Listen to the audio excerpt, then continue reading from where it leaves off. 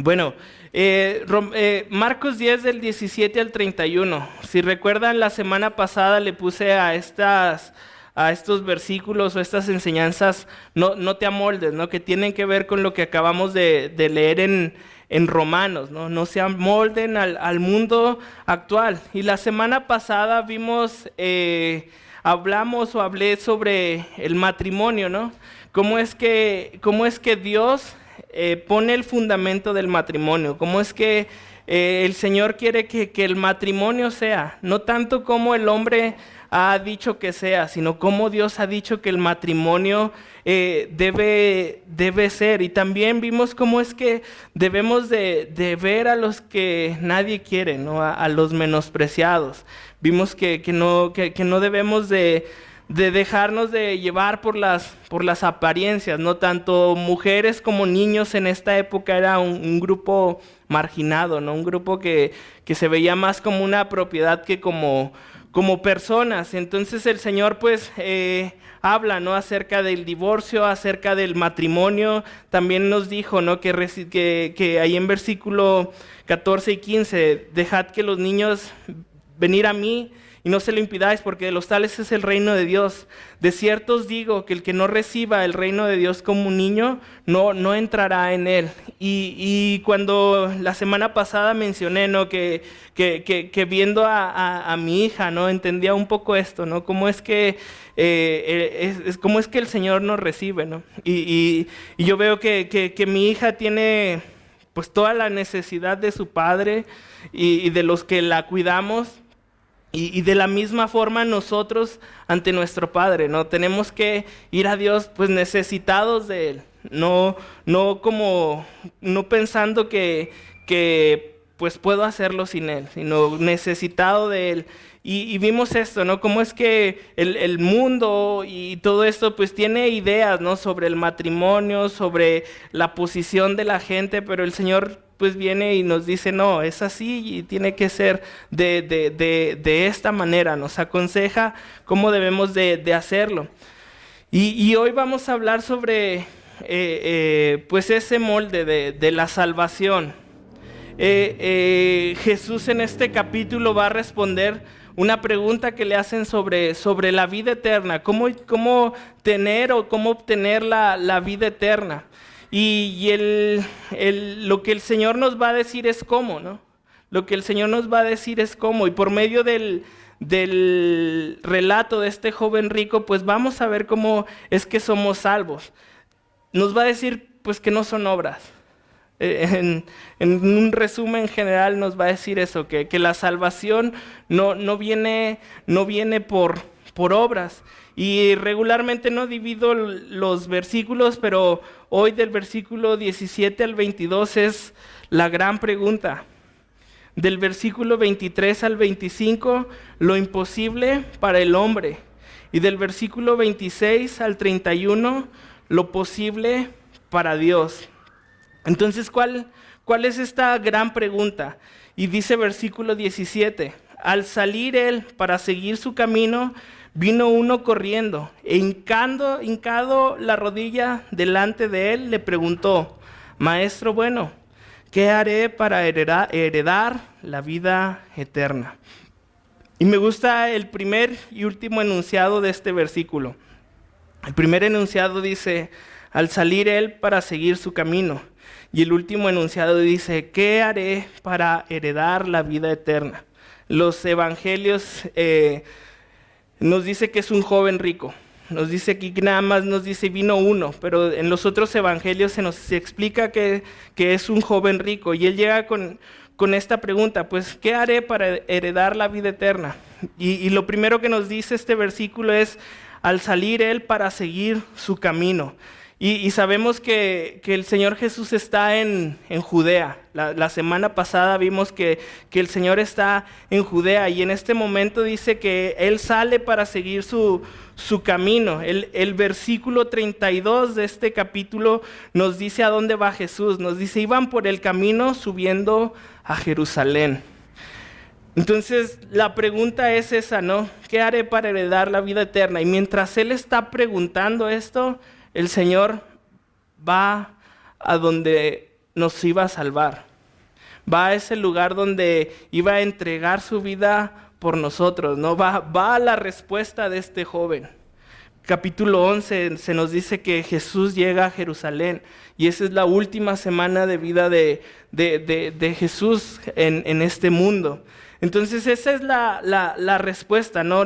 Jesús está caminando al lugar donde dijo consumado es. El Señor Jesús está caminando hacia la cruz. Va a hacer el pago total por nuestra deuda. Ahora, ¿cuál es esa deuda, no? Pues es la deuda que nosotros teníamos era mi incapacidad, ¿no? De pagar por mis propios pecados. Yo no puedo pagar por mis pecados. Era el Señor Jesús el que vino, a pagar nuestra deuda. Y entonces el Señor Jesús está ya llegando a ese lugar para cumplir su misión. Está por terminar, ¿no? Está por terminar sus casi 3 años de ministerio. Entonces, ¿qué haré para heredar la vida eterna? Y el Señor Jesús, tiempo adelante nos iba a mostrar, ¿no? Cómo es que el hombre iba a ser redimido, cómo es que el hombre iba a llegar a esa vida eterna. Ahora, vida eterna, ¿no? ¿Qué es? ¿Qué es la vida eterna? Creo que humanamente es casi imposible definirla, ¿no? Porque nosotros vamos en horas, minutos, días, meses, años, y para nosotros es tiempo, ¿no? La vida. Pero creo que una vida eterna ni siquiera hay tiempo, o sea, es eterno. ¿Por qué habría de tener tiempo, no? No hay tiempo, ¿no? Entonces, pues dentro, ¿no? de lo que creemos, pues como cristianos es primero que tenemos un Dios eterno. Un Dios creador, ¿no? Que la persona en la cual hemos confiado no tiene ni principio ni fin, es eterno, es antes de todo lo creado, es después de todo, o sea, Él es eterno. Y en esa eternidad, pues el Señor nos crea eternos. Cuando hace al hombre, cuando hace a Adán y Eva, pues los crea eternos. Y te digo, una vez más es difícil, ¿no? ¿Cómo entender la eternidad si yo sé que pues en un tiempo he de morir, ¿no? Físicamente. ¿Y cómo va a ser la eternidad? Es difícil de entender, ¿no? Porque para nosotros todo tiene un inicio y todo tiene un final. Pero el Señor nos creó eternos. A Adán y Eva los creó eternos. Pero sabemos qué pasó, ¿no? Sabemos que Adán y Eva pecan. Y todo lo que el Señor hizo bueno a su tiempo, pues queda corrupto. Y entonces viene la muerte. Y entonces, ahora sí llegamos a esto que nosotros conocemos, ¿no? Como tiempo. Y este cuerpo que ahora tenemos no está diseñado para tener una comunión eterna con Dios. O sea, este cuerpo que yo tengo no puede estar cerca de Dios. Dios es tan santo que como le decía a Moisés, si me ves, te mueres. Y entonces el Señor hace una obra de redención. Dicen, ya pecaron, ahora pues tienen que ser redimidos. Ahora no es que el hombre pecó y después el Señor se le ocurrió la idea de redimirnos. La palabra nos enseña que desde antes de la fundación del mundo, el Señor tenía un plan de salvación. Entonces podemos ver que Jesús también es desde antes de la fundación del mundo, que Jesús también es eterno. Y es por medio de esa obra redentora que Jesús hace que nuestra vida comienza, que nuestra nueva vida, esa que el Señor habla, comienza. Ahora soy pues eterno, ¿no? Cuando yo le digo al Señor Jesús, creo en ti, cuando me arrepiento delante de Él, mi vida nueva comienza, mi eternidad empieza a comenzar. Me tengo que separar de este cuerpo para que el Señor me dé uno glorificado, para que me dé uno que pueda estar delante de la presencia de Dios. A Adán y Eva se les dijo que del polvo eran y del polvo tenían que volver por su pecado. Daniel en el capítulo 12:2 nos dice, y muchos de los que duermen en el polvo de la tierra serán despertados, unos para vida eterna y otros para vergüenza y confusión perpetua, ¿no? Y lo que la palabra nos enseña es que sí vamos a morir, pero vamos a resucitar para una eternidad. Unos, como dice aquí, para vida eterna, para un lugar donde el eterno vive. Y otros para vergüenza y para confusión perpetua. Otros donde no está el Señor. Y es un don de Dios que hace contraste con la muerte, ¿no? La eternidad. La muerte es el resultado natural del pecado. Y nosotros estamos en una restauración completa del hombre donde estaremos en comunión perfecta con nuestro Creador. Romanos 6:23 dice, porque la paga del pecado es muerte, mas la dádiva de Dios es vida eterna en Cristo Jesús, Señor nuestro. Y lo que aquí Romanos nos dice es que esa vida eterna se recibe por medio del Cordero, por medio del Cordero de Dios. Entonces, pues la eternidad es eso, ¿no? Estar en el lugar donde está Dios. Estar en el lugar donde está ese creador de todo que no tiene principio y fin y que nos hará a nosotros igual. Y este hombre llega con esa pregunta, ¿cómo le hago para llegar a esa vida eterna? ¿Cómo le hago para llegar a ese lugar donde Dios está, donde no hay tiempo? Y también usa una palabra, le dice maestro bueno. Y es interesante, ¿no? Porque esta palabra pues no se le decía a nadie. Era casi un atributo que solamente lo usaban para Dios, la palabra bueno. A todos los rabí simplemente se les llamaba maestros. Y aquí el Señor a este hombre le está diciendo a Jesús, maestro bueno, ¿no? Lo pone en un lugar más elevado, más alto. Y el Señor responde así, ¿por qué me llamas bueno? Ninguno hay bueno, sino solo uno, Dios. Y bueno, no es que Jesús esté negando su deidad, más bien él lo está invitando a pensar, ¿no? Le está como preguntando, ¿en realidad sabes lo que estás diciendo cuando me llamas bueno? O sea, ¿sabes lo que estás diciendo? Es como cuando nosotros usamos la palabra todopoderoso, ¿no? Cuando lo usamos para referirnos a Dios. O cuando la usan a la ligera para referirse a un ser que así, ¿no? Que tiene todo poder, ¿no? Igual, ¿no? El maestro bueno, o sea, era una palabra que se usaba solamente para Dios. Y el Señor le dice, ¿sabes lo que estás diciendo? ¿Sabes lo que estás hablando? Y después de eso, él pregunta, ¿qué haré? O sea, su pregunta es, ¿qué haré? Y creo que ahí está el error. Cuando vamos al Señor y le decimos, pues, ¿qué hago, Dios? ¿Qué puedo hacer yo para ser salvo? ¿Qué puedo hacer? Y realmente no puedo hacer nada. Yo no puedo hacer nada para salvarme a mí mismo. Él está diciendo, es decir, ¿cómo mis acciones me pueden justificar para ganarme mi lugar en el cielo? ¿Qué puedo hacer? Y el Señor le va a responder, ¿no? Le va a dar una lista y le dice, los mandamientos sabes, no adulteres, no mates, no hurtes, no digas falsos testimonios, no defraudes, honra a tu padre y a tu madre. Y sabes, muchas veces nos queremos acercar hacia Dios con nuestra lista de nos. Pues Señor, yo no he hecho esto, yo no he hecho aquello, yo no hice esto, yo no soy como aquel, yo no soy así. Y vamos con nuestras listas de Dios pensando que esa lista nos va a acercar más a Dios. Pensando que porque no hago, ya soy más digno de acercarme a Dios. Ahora, vamos a ver que Jesús no le está diciendo que cumpla la ley para ser salvo. El Señor vamos a ver que lo va a llevar a un lugar donde le va a mostrar que sus obras no son suficientes, porque lo va a confrontar y le va a decir, vende todo lo que tienes. Y vemos que Jesús no está diciendo eso, porque sabemos que la salvación es por gracia. No es lo que yo pueda hacer, es lo que Jesús hizo por nosotros en la cruz del Calvario. Pero ahí estamos, Señor. Pues hoy sí soy digno de ti. Hoy sí puedo venir a orar a ti. Hoy sí puedo leer mi Biblia porque no he pecado. Ahora sí, si hoy me muero, hoy estoy seguro que me voy al cielo porque hoy me porté re bien. Y el Señor lo va a confrontar. Y entonces así es, ¿no?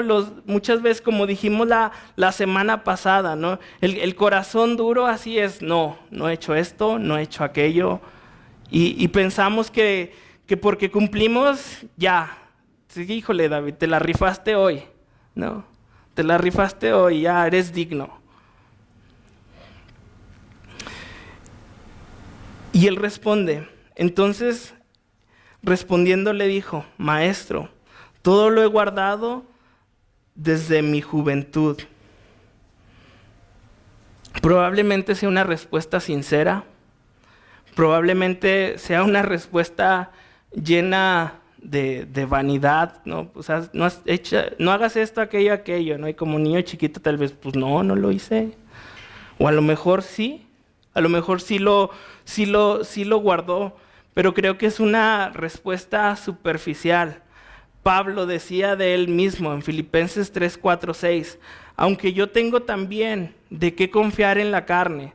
Si alguno piensa que tiene de qué confiar en la carne, yo más, circuncidado al 8º día, del linaje de Israel, de la tribu de Benjamín, hebreo de hebreos, en cuanto a la ley, fariseo, en cuanto a celo, perseguidor de la iglesia, en cuanto a la justicia que es en la ley, irreprensible. Y Pablo hablaba que vivía la vida como este joven, ¿no? Irreprensible. O sea, si me preguntas, yo era el modelo del fariseo, dice Pablo. Es más, yo era mejor que todos. En lo externo, irreprensible. Pero en lo interno, pues su corazón estaba mal, Pablo lo dice. Y dice un comentario, puedes tener un corazón lleno de adulterio, aun cuando nunca lo lleves a cabo. Un corazón lleno de homicidio, aun cuando nunca lo hagas. Un corazón lleno de hurtos, aun cuando nunca robes. Dios mira el corazón así como las acciones.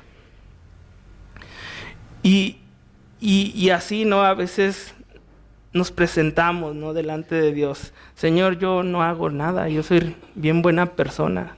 Seguramente ya tengo la vida eterna. Y creo que nuestra respuesta siempre debe ser, Señor, no puedo. Señor, porque si examinamos nuestro día a día así, rigurosamente, vamos a ver que no podemos, vamos a ver que estamos pecando, vamos a ver que nos equivocamos, vamos a ver que nuestro coraje nos gana. Que nuestra mente nos engaña, que nuestros ojos ven lo que no deben de ver, que nuestras manos toman lo que no deben de tomar. Y entonces nuestra respuesta debe de ser, te necesito un Salvador. Yo no puedo salvarme a mí mismo. Y la pregunta no es, entonces ya no se vuelve ¿qué haré? Sino haz algo. Haz algo porque no puedo. Pero llegamos, hoy ¿qué puedo hacer, Señor, para ser digno de ti? En vez de llegar y decirle, Señor, haz algo en mí. No puedo. No puedo. Y la verdad es que no podemos. La verdad es que no podemos. Y entonces Jesús, mirándole, le amó y le dijo. Y me gusta cómo lo dice. El Señor Jesús lo ve y ¿qué es lo que hace? Amarlo. Es una acción que me conmueve. Porque el Señor Jesús sabía lo que este joven rico iba a hacer. El Señor sabía que cuando lo confrontara por sus obras, él se iba a ir triste. Pero el Señor lo ama. Aún sabiendo que el joven lo va a rechazar, aún sabiendo que el joven va a preferir sus riquezas, el Señor ama a este hombre. Y pienso que Jesús ve este mundo de la misma manera. El Señor ama al mundo.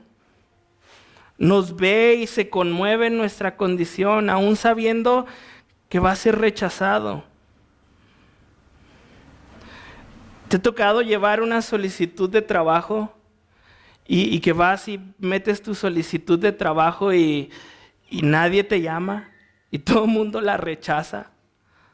Se siente feo, ¿no? Que digas, híjole, ya salió un buen trabajo, ahora sí, este es el bueno. Y de repente, ni te pelaron, ¿no? Ni te pelaron. Y imagínate, el Señor es rechazado todos los días a todas horas. Y aún así decide amarnos.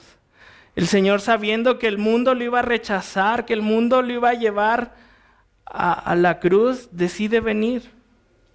Decide visitarnos. ¿Por qué? Porque nos ama. Y sigue amando a las personas. Y si no ha regresado es porque está esperando, ¿no? Que más sean salvos.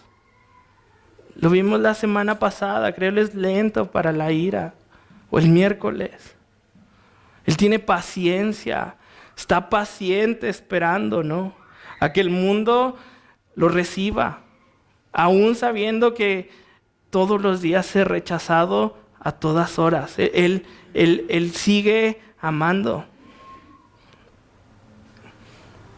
Y el Señor ahora le va a hacer una petición, ¿no? Dice, entonces Jesús lo mira, lo ama y le dice, una cosa te falta. Anda, vende todo lo que tienes y dalo a los pobres. Y tendrás tesoro en el cielo. Y ven, sígueme tomando tu cruz. Con esta petición el Señor Jesús le va a demostrar que con sus obras no puede ser salvo.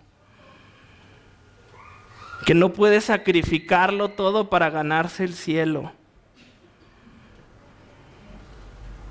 Le dice, una cosa te falta. El Señor va a tocar de la vida de este joven lo que más amaba, lo que más deseaba, que eran sus riquezas. El Señor va a llegar a lo más profundo del corazón de este joven. Ok, has cumplido todo esto. Ahora te falta solamente una cosa. Una cosa. Si la salvación fuera por obras, a este joven le faltaba un pasito nada más para ser salvo. Y le dice, véndelo, dalo a los pobres y tendrás tesoros en el cielo. Le hace ese cambio, ¿no? Si tú vendes todo y se lo das a los pobres, cuando estés delante de esa vida eterna que tanto estás preguntando, vas a tener tesoros.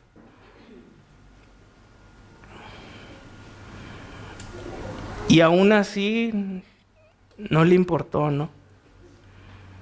Y le dice algo más difícil, toma tu cruz y sígueme. Y hemos visto, ¿no? Lo que es tomar tu cruz. Matar todo, ¿no? Llevarlo a la cruz, llevarlo a los pies de Cristo. No solamente era venderlo, sino ahora morir, ¿no? Por los demás. Seguir a Cristo. Y lo que él tenía que matar eran sus riquezas. Llevarla a la cruz, sus riquezas. Ahora la pregunta para nosotros, ¿no? ¿Qué tienes tú que no puedes matar y llevarlo a la cruz? Es decir, si el Señor te dice que la salvación es por obras y te dice, deja esto, que no puedes llevarlo, que como el joven dirías, no, eso no, Señor, eso es mío.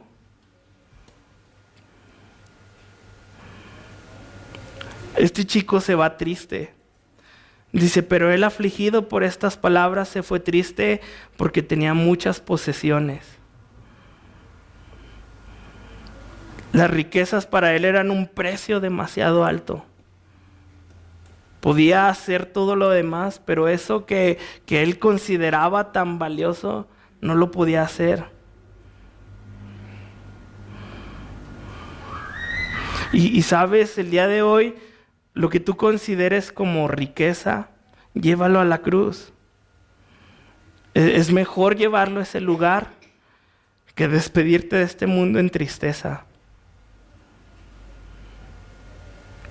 Y ahí está, ¿no? Esta historia, ¿no? Termina el joven preguntando por la vida eterna. El Señor dice, he hecho todo, bueno, haz esto. Y dice, pues no puedo. Eso no, Señor. Eso es mío. Y entonces ves cómo es que las obras no salvan. La gran pregunta era, ¿cómo le hago? Y el Señor lo confronta. Y después sus discípulos dicen esto. Entonces Jesús, mirando alrededor, dijo a sus discípulos, cuán difícilmente entrará en el reino de Dios los que tienen riquezas. Los discípulos se asombraron de sus palabras, pero Jesús respondiendo volvió a decirles, hijos, cuán difícil es entrar en el reino de Dios a los que confían en las riquezas. La palabra aquí difícilmente, dentro del contexto que estamos leyendo, es imposible. Significa imposible. Y aquí hay dos palabras, ¿no? Cuando el Señor le dice cuán difícil es, primero dice a los que tienen y después a los que confían. No es malo tener, creo que el Señor pues bendice a las personas. No es malo tener, pero lo que es malo yo creo es confiar en eso. Las riquezas tienden a provocar autosuficiencia y crear un falso sentido de seguridad, haciendo que quienes la poseen piensen que no necesitan la ayuda divina. Y está hablando el Señor aquí de dinero, ¿no? Está hablando el Señor de posesiones. Está diciendo, aquel que tiene mucho, va a ser difícil por el amor que tiene a eso, que entre. Pero, ¿cuáles áreas de tu vida te consideras rico? No monetariamente, no en posesiones. ¿Qué en tu vida dices, yo con esto soy lo que soy, ¿no?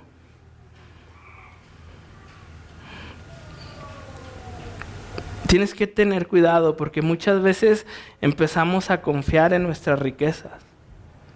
En nuestras riquezas, y como dice el Señor, es difícil, ¿no? Cuando dejas de confiar en Dios y empiezas a confiar en lo que tú tienes. Empiezas a creer que eres suficiente, como este chico. Yo todo puedo, todo, no hago nada. ¿Y qué si el Señor te dice el día de hoy, eso en lo que tú crees, te crees rico? Deséchalo. ¿Lo podrías dejar? Deja, no sé, en lo que confías. Que el Señor te llame y te diga, eso en lo que tú estás confiando, déjalo. ¿Te irías triste como este joven o lo llevarías a la cruz? Un contraste diferente, ¿no? En lo que vimos la semana pasada con los niños, ¿no? Alguien que está totalmente necesitado de su padre. Alguien que necesita la ayuda de su padre para todo. Alguien que no puede hacer nada si su padre no le ayuda, que no puede comer un bebé, ¿no? Si alguien no le da de comer. Un contraste diferente. Cuando empiezas a confiar en ti, pues yo puedo comer solo. Yo puedo andar solo. ¿Para qué necesito a Dios? Si yo puedo solo. Timoteo, ¿no? Hablando de las riquezas, dice, porque los que quieren enriquecerse caen en tentación y lazo, y de muchas codicias necias y dañosas, que hunden a los hombres en destrucción y perdición, porque la raíz de todos los males es el amor al dinero, el cual codiciando algunos se extraviaron de la fe y fueron traspasados de muchos dolores. A los ricos de este siglo manda que no sean altivos, ni pongan la esperanza en las riquezas, las cuales son inciertas, sino el Dios vivo que nos da todas las cosas en abundancia para que las disfrutemos, que hagan bien, que sean ricos en buenas obras, dadivosos y generosos. Las riquezas no son malas, lo malo es poner la confianza en ella. Ahora, pues, ¿cómo saber que soy rico en algo? Imagínate un mundo sin eso que te hace rico. O imagínate dando todo eso a los pobres. ¿Podrías? Y luego el Señor dice, más fácil es pasar un camello por el ojo de una aguja que entrar un rico en el reino de Dios. Y no sé el tono del Señor, ¿no? Si lo haya dicho con humor o cuál sea el tono que Dios haya dicho esta frase, pero el camello era el animal más grande en esa zona. Y dice, es más fácil que ese camello que ven ahí pase por aquí, a que alguien que está confiando en las riquezas entre en el reino de Dios. Y no lo dice así nada más, lo acaba de comprobar, ¿no?, en la vida de este joven.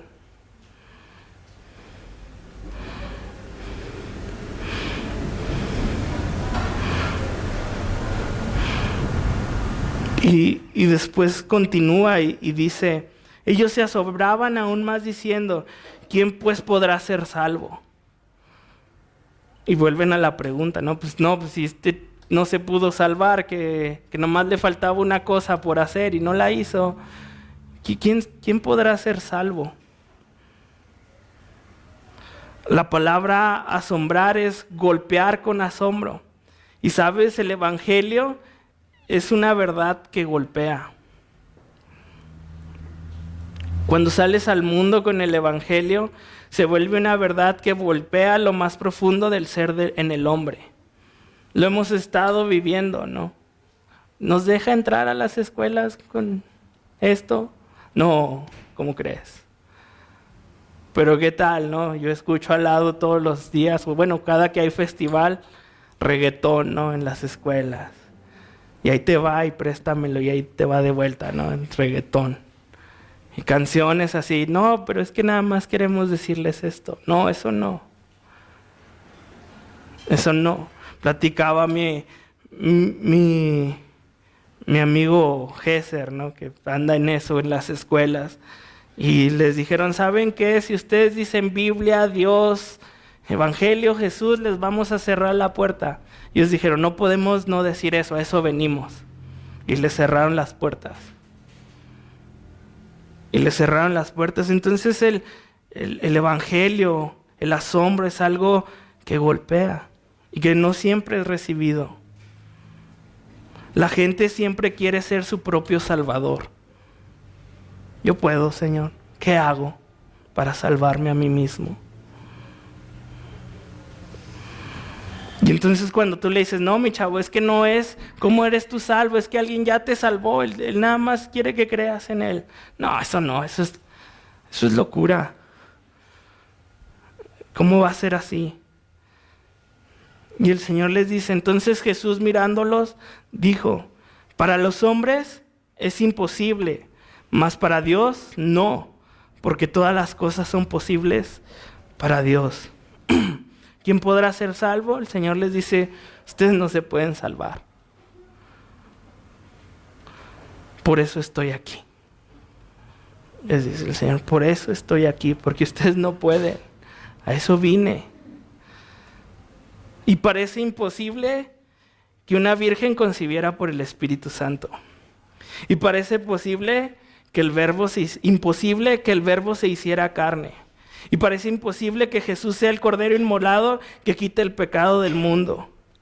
Y parece imposible que te platiquen que Jesús hiciera calmar las tempestades.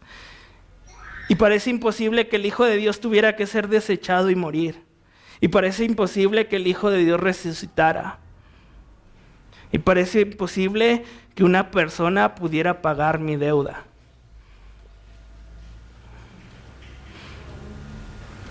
Éramos deudores, teníamos una deuda que no podíamos pagar, que no podemos pagar.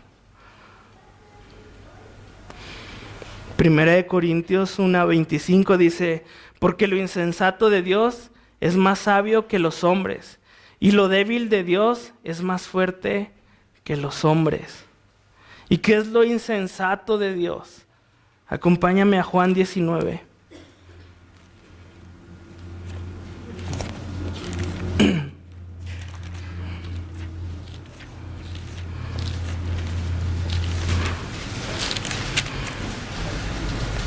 Versículo 19.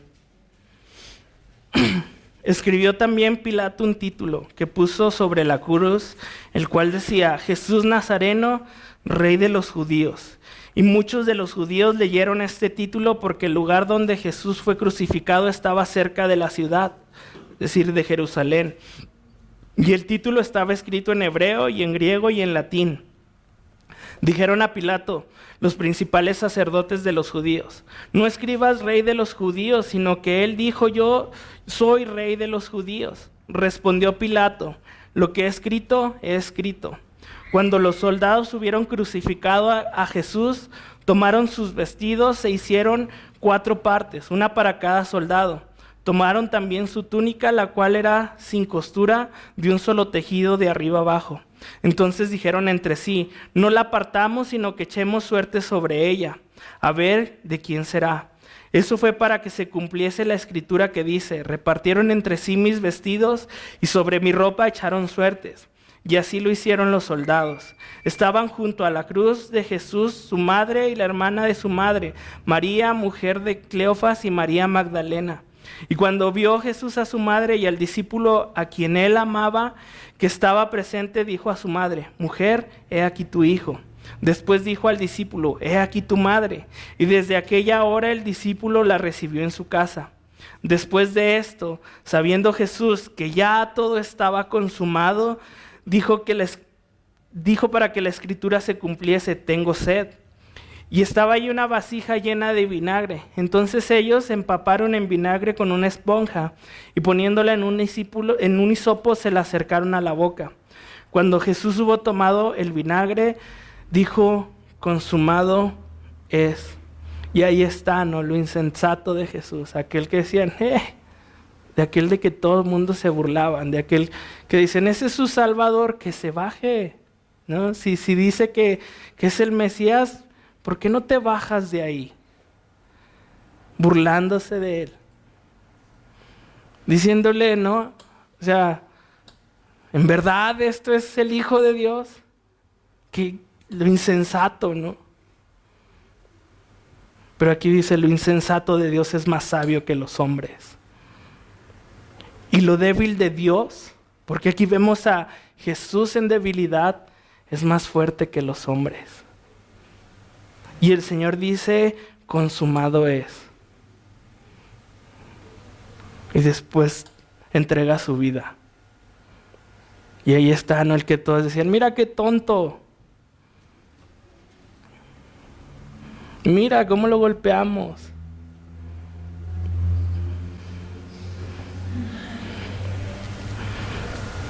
Y ahí está Jesús, ¿no?, diciendo: consumado es. Ahora esa palabra es un pago total. Y ahí está: lo imposible para el hombre es posible para Dios. Aquel que dijo: ya está pagado por completo, ya no hay deuda, toma este sacrificio. Tú no puedes hacerlo, yo sí, y aquí estoy. Y el Señor te lo dice hoy: aquí estoy, ven a mí. No lo vas a poder hacer si no vienes a mí, porque yo soy quien lo está pagando. Era imposible para ti, pero ahora es posible por medio de la sangre de Jesucristo.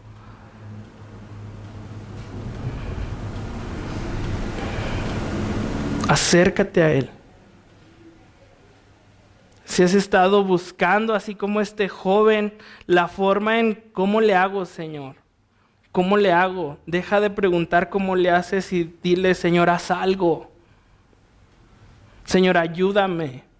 Yo no puedo. Para mí es imposible, pero tú estás diciendo que para ti es posible. Y entonces, después de haber dicho consumado es, vida eterna para todos, para todo aquel que cree.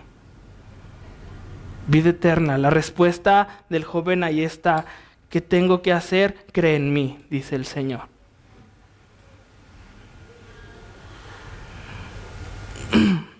Y después va a hablar de una recompensa y una solución para quienes le siguen.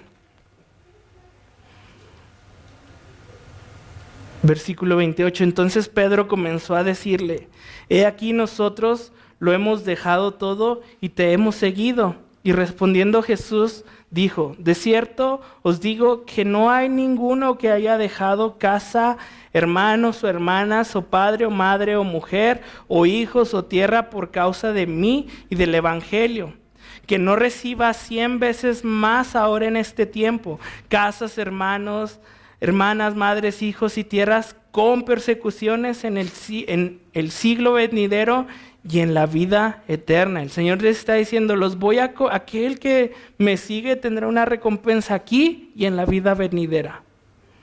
Y no está diciendo que vas a tener 100 esposas, porque ahí dice...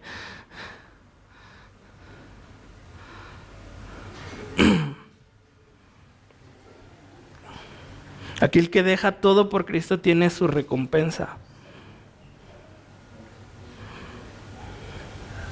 Todos los que se sacrifiquen por el Señor serán recompensados, pero en el tiempo y manera en que Dios recompensa puede no coincidir con el tiempo o manera que el hombre espera ser recompensado. Cuando Dios recompensa, espera lo inesperado. Un comentario, creo que era de Charles Spurgeon, dice: el hecho final se hallará que ningún hombre ha sido un perdedor al dar todo por el Señor Jesucristo, aunque Él tiene su propio método de decidir quién debe de ser el primero y quién debe de ser el último, que termina, ¿no? Pero muchos primeros serán postreros y los postreros primeros. Pero me gusta eso, ningún hombre ha sido perdedor al dar todo por el Señor Jesucristo. No vas a perder. Tienes una recompensa. Hay recompensa para los que dejan todo por Dios. Pero la salvación solamente la da Dios por medio de Cristo. Y entonces Romanos 12:12 dice, pues que no nos amoldemos, ¿no? El molde del mundo en el que vivimos en cuanto a la salvación es engañoso. Te pueden decir que hay muchas formas, ¿no?, para llegar al cielo. Hay muchas religiones las cuales te acercan al cielo, pero no es lo que su palabra enseña, no es lo que Dios enseña. En la semana estaba viendo en la nueva película que sacaron del Rey León, la de animada, ¿no? Bueno, las dos son animadas, pero la que se ve más chido. La que no es caricatura. Y empieza, ¿no? Digo, son cosas que a lo mejor de chico no percibes, ¿no? Pero empieza la canción, el ciclo sin fin, ¿no? Una vida que gira, que no termina. Algo así yo lo entendí tal vez como panteísmo oriental. Y después conoce a Timón y a Pumba y le dice, estás loco, esa no es la vida. La vida es una línea recta que donde topa se acabó. Y pareciera, ¿no?, interesante, pero es lo que enseñan estas cosas. Y dice, vive sin preocuparte. Y el Señor te enseña otras cosas, ¿no? Y ves el molde de este mundo. Ves el molde de este mundo. Pero el Señor hoy nos dice, no, la salvación como es. La verdadera salvación, la salvación que Dios da es así, a través de Cristo Jesús. Y no solamente es eso, es ¿quién podrá llegar a la vida eterna? Hay una vida eterna delante de un Dios eterno. Y esa vida eterna solamente Él mismo dijo, la vida eterna es por medio de este plan, que mi Hijo vaya a ustedes para que muera y ustedes resuciten juntamente con Él. Y sabes, si no la tomas como lo leímos hace rato, despídete. Despídete. Vete despidiendo de tus familiares, vete despidiendo de tus amigos que han creído esta verdad, porque si el Señor viene hoy, ya no los vas a ver. Jesús enseña que no puedo ser mi propio Salvador. Que yo no puedo ir, Señor, ¿qué hago? Las obras no salvan. Y así se nos ha enseñado siempre. Haz esto, haz aquello, haz esto, haz aquello, haz esto, haz aquello, y te vas a cansar. Y entonces cuando el Señor te diga, vende todo. No, eso no, Señor. Con eso no puedo. Las obras no salvan, aunque las buenas obras serán recompensadas. Y algo interesante y que quiero que notes. Ahí en el versículo de 17 donde empezamos, dice, vino uno corriendo, hincando la rodilla delante de él. Este hombre llega a Jesús, se hinca a él y es lo más cercano que estuvo a la salvación. Ahí estaba, a los pies de Cristo. Ahí donde iba a recibir la vida eterna. Llega a los pies de Cristo. Pero sabes, no solo tienes que estar ahí, tienes que permanecer ahí. Tienes que decirle, Señor, yo no me quiero mover de aquí, porque si me muevo, ¿qué va a ser de mí? Cuando el Señor le dice, vende todo lo que quieres, se para y se va. Estuvo así de ser salvo. Y prefirió irse triste. Tienes que creer que Cristo pagó tu deuda porque eres deudor o eras deudor. Si ya creíste en el Señor como tu Salvador, eras deudor. Él ya pagó tu deuda, Él ya lo dijo en la cruz. Consumado es, ya lo pagó. Pero Él pagó tu deuda para llevarte delante de su presencia en la vida eterna.